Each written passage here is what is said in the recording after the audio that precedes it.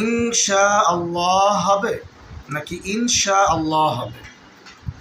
যেহেতু এই শব্দটা কোরআনের, সুতরাং কোরআন যেভাবে পড়তে হয় আমরা এই শব্দটাকে সেভাবেই বলব।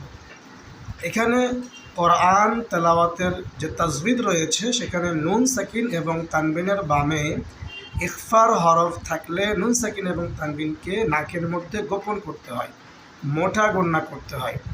যেহেতু এখানে নুন সাকিনের বামে শিন আসছে, সুতরাং এই নুন সাকিনটাকে ইকফা গণ্যা করতে হবে, নাকের মধ্যে গোপন করতে হবে, বাংলায় অনুস্বর দিয়ে উচ্চারণ করতে হবে। তাহলে আমরা কি বলবো? ইনশা আল্লাহ, ইনশা আল্লাহ। এটাই হলো সঠিক উচ্চারণ। বুঝতে পারছেন? সুতরাং এখন থেকে আমরা কি বলবো? ইনশা আল্লাহ বলবো না, ইনশা আল্লাহ। আসসালামু আলাইকুম।